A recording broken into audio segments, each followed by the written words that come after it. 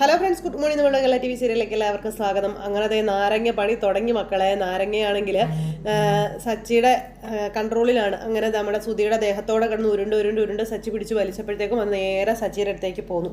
അപ്പോഴേക്കും ഈ സുധി ഓടി ഇറങ്ങിച്ചെന്ന് വാതിലും അടച്ചു. വാതിലടച്ചിട്ട് വേഗം അമ്മയെ വിളിക്കും. അമ്മയാണെങ്കിൽ നല്ല ഉറക്കമാണ്. അമ്മയെ വിളിച്ചു. ഫോൺ എടുത്തപ്പോഴത്തേക്ക് ഹലോ അമ്മ ഉറങ്ങിയായിരുന്നോ എന്ന് ചോദിച്ചു. എങ്ങനെ ഉറങ്ങാനാടാ ഞാൻ, എനിക്ക് ഉറക്കമൊന്നും വരുന്നില്ല എന്ന് പറയും. അന്നേരം അമ്മേ ശ്രുതി നല്ല ഉറക്കത്തിലാ അമ്മേ, എനിക്കാണെങ്കിൽ ആകെ പേടിയാവും അമ്മേ എന്നൊക്കെ പറഞ്ഞുകൊണ്ട് ശ്രുതി ഇങ്ങനെ പറഞ്ഞു. അപ്പം നീ ഇങ്ങ് വാ, ഞാൻ ഹാളിലുണ്ടെന്ന് പറഞ്ഞു. ഞാൻ വരാം അമ്മേ എന്നും പറഞ്ഞുകൊണ്ട് ശ്രുതി ഇറങ്ങി ചെല്ലുന്നു. അവിടെ ഒരു ഉറക്കം എന്നും പറഞ്ഞ് ശ്രുതിയെ നോക്കി പറഞ്ഞിട്ട് ശ്രുതി ഇറങ്ങി ചെല്ലുക. അപ്പം അമ്മ താഴെ നിൽപ്പുണ്ട്. എന്നാടാ എന്ന് ചോദിക്കുമ്പോൾ എനിക്ക് വയ്യ അമ്മേ, ഇതേ എന്തൊക്കെ ഇവിടെ സംഭവിക്കുന്നത് നമുക്ക് അറിയാവോന്ന് ചോദിച്ചു.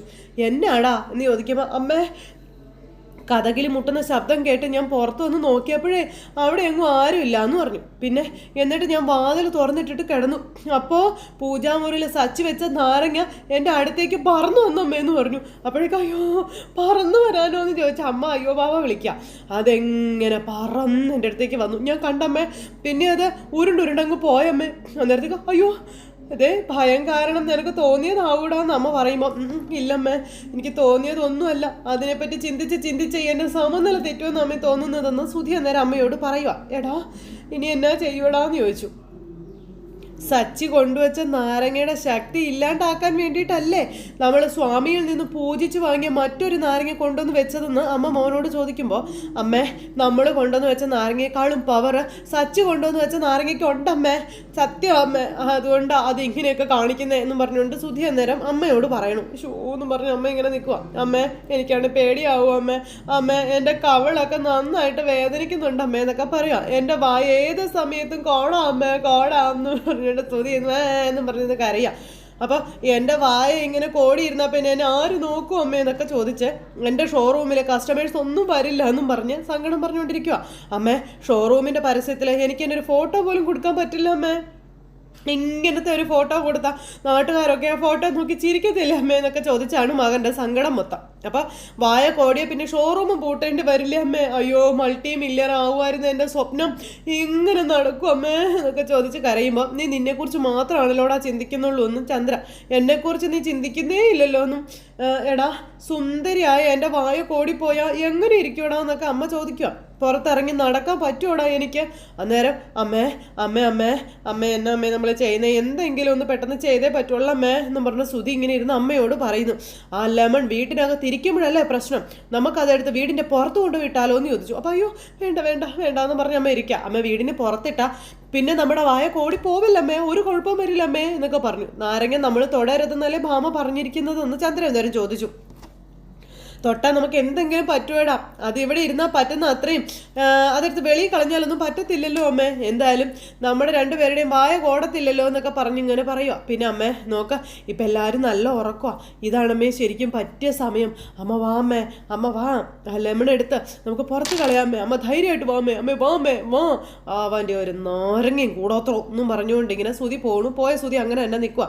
എന്നിട്ട് അല്ലെങ്കിൽ അമ്മ ഒരു കാര്യം ചെയ്യാം, അമ്മ മുന്നിൽ നടക്കമ്മേ, അമ്മ ഒന്നുകൊണ്ട് പേടിക്കണ്ട, അത് തന്നെ നല്ലത്, അമ്മ മുന്നിലേക്ക് നടക്കുക, ഞാൻ കൂടെ ഉണ്ടമ്മേ എന്നും പറഞ്ഞ് രണ്ടുപേരും കൂടെ പൂജാമുറിയിൽ ചെല്ലുക. രണ്ടുപേരും കൂടെ പൂജാമുറിയിൽ പോയി ഇങ്ങനെ നിൽക്കുക നാരങ്ങ എടുത്ത് കളയാനായിട്ട്. എന്നിട്ട് നാരങ്ങയിലെ തൊടുവാണ് പതുക്കെ ചെന്ന് പേടിച്ച് അപ്പം നാരങ്ങ ഇങ്ങനെ എടുത്ത് ഇങ്ങനെ ചന്ദ്ര വരുക കേട്ടോ. അപ്പം അമ്മ അതൊന്ന് വേഗം എടുക്കുക, 2 നാരങ്ങ എടുക്കുക, അല്ലെങ്കിൽ അവർക്ക് സംശയം തോന്നും, എടുക്കുക എന്നും പറഞ്ഞ് 2 നാരങ്ങ എടുത്തുകൊണ്ട് ഇങ്ങനെ പോരുമ്പോൾ ശ്രുതി പതുക്കെ കണ്ണ് തുറന്നു നോക്കുമ്പോൾ അടുത്ത ശ്രുതി ഇല്ല, വാതിലും തുറന്ന് കിടപ്പുണ്ട്. ശ്രുതി എന്നിട്ട് പതുക്കെ എഴുന്നേറ്റ് പോവുക. അപ്പോഴത്തേക്ക് അമ്മയും മോനും കൂടി നാരങ്ങ എടുത്തുകൊണ്ട് ഇങ്ങനെ വരുക.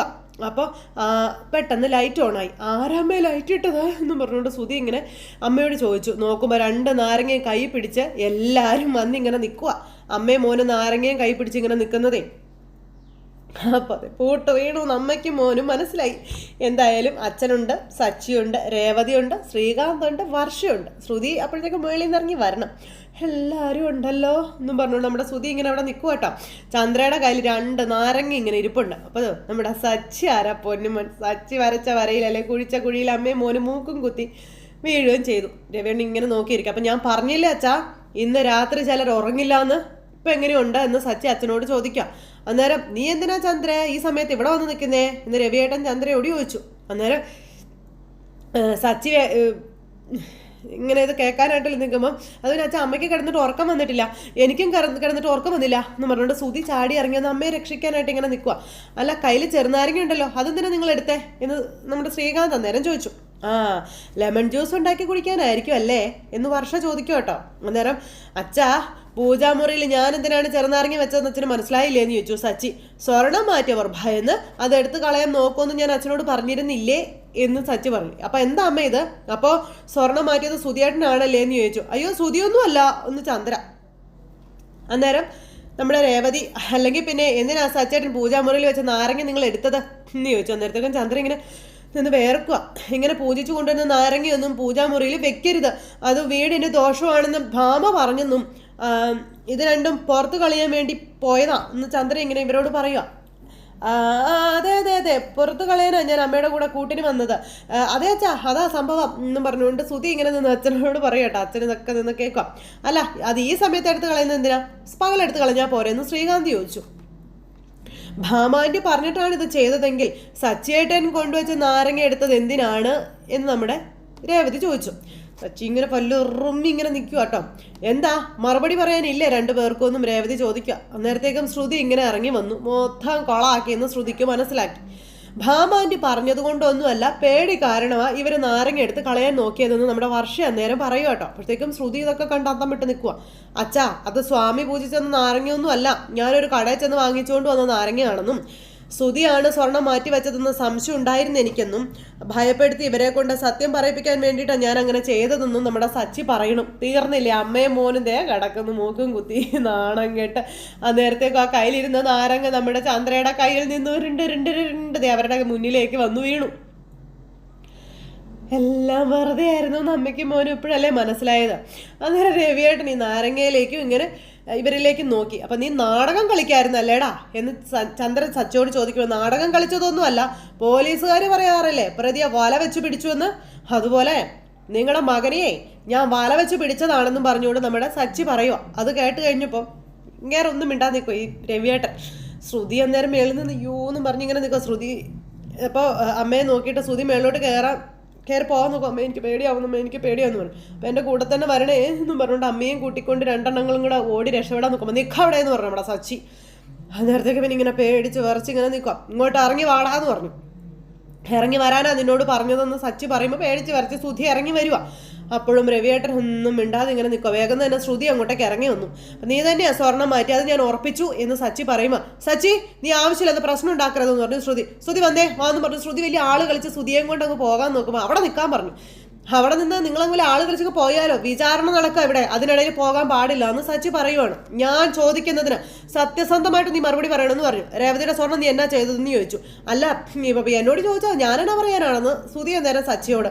സ്വർണ്ണം ഞാൻ എടുത്തിട്ടില്ല എന്ന് പറഞ്ഞു. പിന്നെ എങ്ങനെയാടാ നിന്റെ കയ്യിൽ 5 ലക്ഷം രൂപ വന്നതെന്ന് ചോദിക്കുക. അത് ഞാൻ പറഞ്ഞില്ലേ, എൻ്റെ ഒരു ഫ്രണ്ടിൻ്റെ കയ്യിൽ നിന്ന് വാങ്ങിച്ചതാണെന്ന്. അന്നേരം സച്ചി, അച്ഛാ ഇവൻ്റെ പാർക്കിലെ ഫ്രണ്ട് ആനന്ദിനോട് ഞാൻ ചോദിച്ചു, 1 രൂപ പോലും ഇവന് കൊടുത്തിട്ടില്ലെന്നാ പറഞ്ഞു, ഇനി കൊടുക്കുകയില്ലെന്ന് അവൻ പറഞ്ഞതെന്ന് പറയുമ്പോൾ, അയ്യോ ഞാൻ അവനോട് തന്നെയാണ് വാങ്ങിയത്, പിന്നെ അവന് നിന്നോട് എങ്ങനെ പറഞ്ഞതെന്ന് എനിക്ക് അറിയില്ല എന്ന് ശ്രുതി പറയുമ്പോൾ, ശരി നീ അവനെ വിളിക്കാൻ പറഞ്ഞു, ഞാൻ അവനുമായിട്ട് സംസാരിക്കാം, അവൻ പറയുന്നത് ഇവിടെ എല്ലാവരും കേൾക്കട്ടെ എന്ന് പറയുമ്പം, അല്ല അത് പിന്നെ ഞാൻ അപ്പോൾ കണ്ടില്ലേ അച്ഛാ, അച്ഛന് കാര്യങ്ങളൊക്കെ ഏകദേശം മനസ്സിലായില്ലേ എന്നും സച്ചി ചോദിക്കുക. ചന്ദ്രൻ നിന്ന് ഇങ്ങനെ കിളികളാ വിറയ്ക്കുവാണ്. അപ്പം എന്നതാണോ നടന്നത്? സത്യം പറയാൻ പറഞ്ഞ അച്ഛൻ സുധിയുടെ അടുത്തേക്ക് ചെന്നു. എനിക്കൊന്നും അറിയില്ല അച്ഛാ എന്നും പറഞ്ഞ് നിൽക്കുമ്പോൾ, രവിയേട്ടാ എന്തിനാ വെറുതെ അവനെ എന്ന് പറഞ്ഞ് ചന്ദ്ര വലിയ ആളായിക്കൊണ്ട് ഇറങ്ങുമ്പോൾ, നീ മിണ്ടി പോകരുതെന്ന് പറഞ്ഞു ചന്ദ്രയോട് രവിയേട്ടൻ. പറയടാ. അപ്പം ഞാൻ പറഞ്ഞില്ല അച്ഛാ, എനിക്കൊന്നും അറിയില്ല. അങ്കിൾ എന്തിനാ ഇങ്ങനെ ശ്രുതിയെ വിഷമിപ്പിക്കുന്നതെന്ന് ശ്രുതി ചോദിച്ചു. ശ്രുതിക്കൊന്നും അറിയില്ല എന്ന് പറഞ്ഞില്ലേ എന്ന് ശ്രുതി. അവനോട് അച്ഛൻ ചോദിക്കട്ടെ, നീ എന്തിനാ അതിൻ്റെ ഇടയിൽ കയറുന്നതെന്ന് ശ്രുതിയോട് സച്ചി ചോദിച്ചു. പറയാനല്ലേ പറഞ്ഞതെന്ന് അച്ഛൻ. അപ്പം എനിക്ക് അറിയില്ല അച്ഛാ എന്ന് ശ്രുതി. അന്നേരം കള്ളു പറയുന്നോടാന്ന് സച്ചി. അച്ഛൻ ചോദിച്ചതിന് മറുപടി പറയടാന്നും പറഞ്ഞുകൊണ്ട് നമ്മുടെ സച്ചി ഇങ്ങനെ അവനോടൊന്ന് ചീറി അങ്ങ് നിൽക്കുക കേട്ടോ. ചന്ദ്രമതിയും ശ്രുതിയും കയ്യും കാര്യം വിറച്ച് ഇങ്ങനെ അവിടെ നിൽക്കുവാണ്. ശ്രുതി കള്ളനെ പോലെ ഇങ്ങനെ നോക്കിക്കൊണ്ട് ഇങ്ങനെ നിൽക്കുക.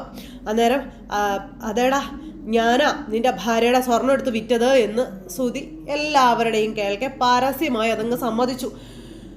അയ്യോ എന്നും പറഞ്ഞുകൊണ്ട് നിൽക്കുക ചന്ദ്രമതി. പണിപ്പാളി എന്ന് മനസ്സിലായി. അന്നേരം പിന്നെ ചന്ദ്രയ്ക്കോ ശ്രുതിക്കൊന്നും മിണ്ടാനില്ല. അപ്പോ 5 ലക്ഷം രൂപ രേവതിയുടെ സ്വർണം വിറ്റ കാശാണല്ലേ എന്ന് ശ്രീകാന്ത് ചോദിച്ചു. അതല്ലാതെ എൻ്റെ മുന്നിൽ വേറെ വഴിയില്ലായിരുന്നെന്നും ആ ഡീലർക്ക് കാശ് കൊടുക്കാൻ വേണ്ടി ഞാൻ വന്ന അമ്മയോട് കാശ് ചോദിച്ചു. അപ്പോൾ അമ്മ പറയാ എൻ്റെ കയ്യിൽ എവിടുന്ന കാശ്, ഇവിടെ രേവതിയുടെ സ്വർണ്ണം ഇരിപ്പുണ്ട്, നീ അതുകൊണ്ട് ഈ പണയം വെച്ച് കാശ് വാങ്ങിച്ചോന്നു. ആ അമ്മേനെയും പെടുത്തി മോനെ ദേ കിടക്കുന്നു. അമ്മയും മോനും കൂടെ മൂക്കും കുത്തി. അന്നേരം എന്നും പറഞ്ഞ് ശ്രുതി ഇങ്ങനെ നിൽക്കുക ഉരുകി തീർന്ന്. പണയം വെക്കാനായിട്ടാണ് ഞാൻ പോയത്, പക്ഷേ പണയം വെച്ച് കഴിഞ്ഞാൽ കാശ് അത് തികയില്ലായിരുന്നു, അതുകൊണ്ടാണ് ഞാൻ അത് വിറ്റത് എന്ന കാര്യം ശ്രുതി ഇങ്ങനെ പറഞ്ഞു. അത് കേട്ടപ്പോൾ എന്ന് പറഞ്ഞ് നിന്ന് കരയാ ചന്ദ്ര. എല്ലാവരും അന്തം വിട്ട് നിൽക്കുക കേട്ടോ. അപ്പോൾ അച്ഛാ ഇവരെന്താ വേണ്ടതെന്ന് സച്ചി ചോദിച്ചു. അന്നേ തന്നെ നിങ്ങളെ ഞങ്ങൾക്ക് ഡൗട്ട് ഉണ്ടായിരുന്നു. ഗോൾഡ് കവറിങ് ആഭരണങ്ങൾ വിറ്റ കടയിൽ നിന്ന് വിളിക്കുന്നത് പോലെ നിങ്ങളെ വിളിച്ചത് ഞാനായിരുന്നു എന്ന് വർഷ പറഞ്ഞു. നിങ്ങൾ തന്ത്രപൂർവ്വം അതിൽ നിന്ന് ഒഴിഞ്ഞു മാറി രക്ഷപ്പെട്ടു. പക്ഷേ ഒരു ചെറുനാരങ്ങയിൽ നിങ്ങൾ വീണല്ലേ എന്നും ചോദിക്കുക. രേവതി ചേച്ചിയുടെ സ്വർണം കൊണ്ടുവയ്ക്കാൻ നിങ്ങൾക്ക് നാണമില്ലേ എന്നും വർഷ ചോദിക്കണം. ഇത് ചീറ്റിംഗ് ആണെന്ന് നിങ്ങൾക്ക് അറിയില്ലേ എന്നും വർഷ ചോദിക്കുക കേട്ടോ. ശ്രുതിയും തള്ളയും കൂടി ഇങ്ങനെ ഉരുകി തീർന്നൊരു സൈഡ് മൂല പറ്റി ഇങ്ങനെ നിൽക്കുവാണ്. ചീറ്റിങ്ങും കളവും ഒക്കെ ഇവനൊരു കൊലയാണെന്ന് സച്ചി പറഞ്ഞു. മകന് സ്വർണം എടുത്ത് കൊടുത്തിട്ട് സ്വർണം മാറ്റിയത് എൻ്റെ വീട്ടുകാരാണെന്ന് അമ്മ പറഞ്ഞു. സമ്മതിക്കണം നിങ്ങൾ. ഇന്ന് രേവതി കിട്ടിയ അവസരത്തിൽ തള്ളക്കെട്ടും കൊടുത്തു. കള്ളത്തരം ഒരു ജോലിയാക്കിയ പിന്നെ വീടൊന്നും നാടൊന്നും ഇല്ലല്ലോ അല്ലേന്നും രേവതി ചോദിക്കുക. അപ്പോഴേക്കും എടി നീ സംസാരിച്ചങ്ങ് കയറല്ലേ, എല്ലാവരും ഉണ്ണുന്നത് ചോറ് തന്നെയാണെന്ന് പറഞ്ഞ് ശ്രുതി വലിയ ആള് കളിച്ച് രേവതിയുടെ മുന്നിലേക്ക് ചെന്നപ്പോൾ മിണ്ടി പോകരുത്, കള്ളത്തരം കാണിച്ചിട്ട് ഈ കുടുംബത്തിലെ ചോരയുടെ മഹത്വത്തെ നീ കൂട്ടുപിടിക്കുന്നു എന്ന് രേവതി അന്നേരം ശ്രുതിയോട് ചോദിച്ചു. നിന്നോട് ഞാൻ പല പ്രാവശ്യം പറഞ്ഞിട്ടില്ലടാന്ന് ചോദിച്ചുകൊണ്ട് ചെന്നവൻ്റെ ചെപ്പക്കല്ല് നോക്കി ഒരൊറ്റ അടിയായിരുന്നു നമ്മുടെ രവിയേട്ടൻ. അയ്യോ അടിക്കല്ലേ അടിക്കല്ലേ പ്ലീസ് എന്നും പറഞ്ഞുകൊണ്ട് ചന്ദ്രമതി മേളിൽ നിന്ന് ഇങ്ങനെ പറയുന്നു. അവനെ അവിടെ ഇട്ട് അടിച്ച് കൊല്ലാക്കൊല ചെയ്യുവാണ് നമ്മുടെ രവിയേട്ടൻ. അപ്പം അച്ഛാ തല്ലല്ലേ അച്ഛാ എന്നും പറഞ്ഞുകൊണ്ട്, അപ്പം തല്ലല്ലേ രവിയേട്ടാ എന്നും പറഞ്ഞുകൊണ്ട് ഭാര്യ അങ്ങനെ അവരെ അവിടെ ഇട്ട് ശരിക്കും കൊടുത്തു. ചെന്നിട്ട് അവൻ ജീവനും കൊണ്ട് ഇറങ്ങി ഓടിയപ്പോഴത്തേക്കും രവിയേട്ടൻ നേരെ ചന്ദ്രയുടെ അടുത്തേക്ക് ചെന്നു. നീ മിണ്ടി പോകരുത്, നീ ഒരു മനുഷ്യ സ്ത്രീയാണോടി, ആദ്യം അടിക്കണത് നിന്നെയാണെന്നും പറഞ്ഞുകൊണ്ട് ചന്ദ്രയുടെ നേരെ കയ്യോങ്ങി രവിയേട്ടൻ അങ്ങ് ചെന്നില്ലേ അയ്യോ എന്നും പറഞ്ഞുകൊണ്ട് ഇങ്ങനെ നിൽക്കുക ചന്ദ്ര ചേച്ചി. അപ്പോഴത്തേക്കും ശ്രുതി ചെന്ന് ശ്രുതിയുടെ മറവിൽ ഇങ്ങനെ ഒളിച്ച് നിൽക്കുക കേട്ടോ. അടിക്കാൻ ഓങ്ങിയ എന്നും പറഞ്ഞുകൊണ്ട് അങ്ങേര് നിലത്തിട്ടു. എന്താടി നീ കാണിച്ചത്, ബുദ്ധിയിലടി നിനക്കൊന്നും ചോദിച്ചുകൊണ്ട് ഇങ്ങനെ ചോദിക്കുക. അവൻ ആദ്യമായിട്ടാണോടി ഇങ്ങനെ. അന്നേരം രവിയേട്ട അവൻ കരഞ്ഞു പറഞ്ഞ നീ ഇവിടെ ഉള്ള എന്ത് വേണമെങ്കിലും എടുത്ത് കൊടുക്കൂടി, നാണം കൊണ്ടോടി നിനക്കെന്ന് രവിയേട്ടൻ അന്നേരം ചന്ദ്രയോട് ചോദിച്ചു. മകൻ അമ്മയെ ഒറ്റ കൊടുത്തിട്ട് മൂലയ്ക്ക് പോയി ഇങ്ങനെ നിൽക്കുവാണ്. അപ്പം മകനെയും കുറെ തല്ലി ചന്ദ്രയും പേടിപ്പിച്ചിട്ട് രവിയേട്ടൻ ഇങ്ങനെ വന്ന് നിൽക്കുമ്പോൾ സച്ചി നീ പറഞ്ഞില്ലേടാ എൻ്റെ ഭാര്യ വെറും ഒരു പൂക്കാരി, ആ കുടുംബത്തിൽ നിന്ന് എനിക്കൊന്നും കിട്ടില്ലെന്ന് നീ പറഞ്ഞില്ലേടാ, നിനക്ക് നിന്റെ ഭാര്യ വീട്ടിൽ നിന്ന് കോടികൾ കിട്ടുമെന്ന് നീ പറഞ്ഞില്ലേടാ, ഇപ്പം നീ എടുത്ത് വിറ്റ് തൊലച്ചത് ആരുടെ സ്വർണ്ണടാ, കോടീശ്വരുടേതല്ല പൂക്കാരിയുടേതാടാ എന്ന് സച്ചി ചെന്ന് ഇവനോട് പറയാ സുധിയോട്. അപ്പോൾ രവിയേട്ടൻ ഇതൊക്കെ കണ്ട് ഇങ്ങനെ നിൽക്കുക കേട്ടോ. എന്നെയൊക്കെ എന്താ വേണ്ടതെന്ന് എനിക്ക് അറിയാടാന്നും പറഞ്ഞിട്ട് ഒറ്റ അടി വെച്ച് അങ്ങ് കൊടുത്തു ശ്രുതിക്കിട്ട്. എന്നിട്ട് കുറേ ഇട്ടിച്ചു. അപ്പോഴത്തേക്കും ശ്രുതി എന്ന് ഇവനെ തടയാൻ നോക്കുക സച്ചി. അപ്പോഴത്തേക്കും ശ്രീകാന്തും വന്നു. സച്ചിയെ പിടിച്ച് മാറ്റും കൂട്ടത്തെന്ന് പറഞ്ഞ് ശരിക്കും എടുത്തിട്ട് കൊടുത്തു. നീ എന്തിനാ അവരെ തല്ലുന്നതെന്ന് ചോദിച്ചു. ശ്രുതി വലിയ ആൾ കളിച്ച് ഇടയ്ക്ക് കയറി. പിന്നെ ഇവനെ ഞാൻ അടിക്കാതെ ഇവനെ കയ്യിലെടുത്ത് വെച്ച് താരാട്ട് പാടാടി എന്ന് സച്ചി ശ്രുതിയോട് പറയുവാണ്. ചന്ദ്ര ഇതൊക്കെ കണ്ടും കേട്ടമേൽ ഇങ്ങനെ മിണ്ടാണ്ട് നിൽക്കുമ്പോൾ ശ്രുതി ഇദ്ദേഹം ചെയ്തത് തെറ്റല്ലെന്നാണോ നീ ഇപ്പോഴും പറയുന്നത് എന്ന് രേവതി ശ്രുതിയോട് ചോദിക്കുക. ശ്രുതി അന്നേരം കലിപ്പിച്ചിങ്ങനെ നിൽക്കുക കേട്ടോ. ശ്രുതി ചേച്ചി ഈ വിഷയം നിങ്ങൾക്ക് മുന്നേ അറിയാമായിരുന്നോ എന്ന് വർഷ ചോദിച്ചു. അന്നേരം അറിയാമെന്ന് ശ്രുതി എല്ലാവരുടെയും കേൾക്കാൻ പറഞ്ഞു. അവിടെയും തീർന്നു. അയ്യോ എല്ലാവരും ഞെട്ടി. കെട്ടിയവനും കെട്ടിയവനും കൂടെ ഒരുമിച്ചായിരുന്നു ഈ പരിപാടി മൊത്തം. അപ്പം ഞാനിത് അടുത്ത ദിവസം അറിഞ്ഞത്, മുന്നേ അറിഞ്ഞിരുന്നെങ്കിൽ ഞാനിതിന് സമ്മതിക്കില്ലായിരുന്നു എന്നും ശ്രുതി പറയുക. തടയുമായിരുന്നു എന്നും പറഞ്ഞുകൊണ്ട് ശ്രുതി ഇങ്ങനെ ശ്രുതിയെ നോക്കി പറയുക കേട്ടോ. അപ്പോഴത്തേക്കും അമ്മ ഇവനെന്നും കൂട്ടു നിൽക്കാറേ ഉള്ളൂ, ഇവൻ ചെയ്തത് തെറ്റാണെന്ന് അറിഞ്ഞിട്ടും നീ എന്തിനാ അത് സപ്പോർട്ട് ചെയ്യാൻ പോയതെന്ന് ശ്രുതി ഇങ്ങനെ ശ്രുതിയോട് ചോദിക്കുക സച്ചി. അപ്പോൾ ശ്രുതി ചെയ്തത് തെറ്റ് തന്നെയാ. ബിസിനസ്സിൽ ശ്രുതിയെ ചിലർ പറ്റിച്ചു. കാശിൻ്റെ ആവശ്യം വന്നപ്പോൾ ശ്രുതി അങ്ങനെ ചെയ്തു പോയതാണെന്ന് പറയുമ്പോൾ കാശിൻ്റെ ആവശ്യം അത് എൻ്റെ സ്വർണ്ണം എടുത്ത് വിൽക്കുകയാണോ ചെയ്യേണ്ടതെന്ന് രേവതി അന്നേരം ഇവരോട് ചോദിക്കുവാണ്. അന്നേരം രേവതി നിനക്ക് വേണമെങ്കിൽ ഞാൻ അത്രയും പവൻ്റെ സ്വർണം വാങ്ങിച്ച് തരാമെന്ന് പറഞ്ഞു. സ്വർണം വാങ്ങിച്ചു തന്ന ഈ പ്രശ്നം തീരുവോ എന്ന് രേവതി ചോദിക്കുക. അപ്പം നീ പറയുന്നത് കേട്ടാൽ തോന്നുമല്ലോ സ്വർണ്ണമൊക്കെ നിന്റെ വീട്ടിൽ നിന്ന് കൊണ്ടുവന്നതാണെന്നും പറഞ്ഞുകൊണ്ട് ചന്ദ്ര. രവിയേട്ടൻ്റെ അമ്മ വാങ്ങിച്ച് തന്നതല്ലേ എന്നും ചന്ദ്ര വലിയ ആള് കളിച്ചിങ്ങനെ അവിടെ നിന്ന് വീണ്ടും പറയുക കേട്ടോ. അന്നേരം നമ്മുടെ സച്ചി ശരിക്കും തിരിഞ്ഞങ്ങ് നിന്നു. നീ ഒരമ്മയാണോടി എന്ന് രവിയേട്ടൻ അന്നേരം ചോദിച്ചു. മക്കളുടെ തെറ്റുകെട്ട തിരുത്തണം അച്ഛനമ്മമാര്. നീ അവൻ്റെ എല്ലാ തെറ്റിനും കൂട്ടു നിൽക്കായിരുന്നില്ലേടി ഇവൻ ഇങ്ങനെ ആക്കിയത് നീ ഒറ്റ ഒരുത്തിയാണെന്നും പറഞ്ഞ് ചന്ദ്രയെ ശരിക്കും പറഞ്ഞു.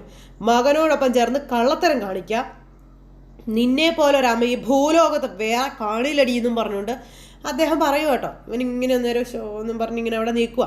നിന്റെ മോന് കാശിൻ്റെ ആവശ്യമുണ്ടെങ്കിൽ എവിടെ നിന്നെങ്കിലും കടം വാങ്ങിച്ച് കൊടുക്കണടി, അല്ലാതെ രേവതിയുടെ സ്വർണ്ണം മോഷ്ടിക്കല്ലടി വേണ്ടതെന്ന് പറഞ്ഞുകൊണ്ട് ചന്ദ്രയെ ശരിക്കും എടുത്തിട്ട് കുടഞ്ഞു രവിയേട്ടൻ.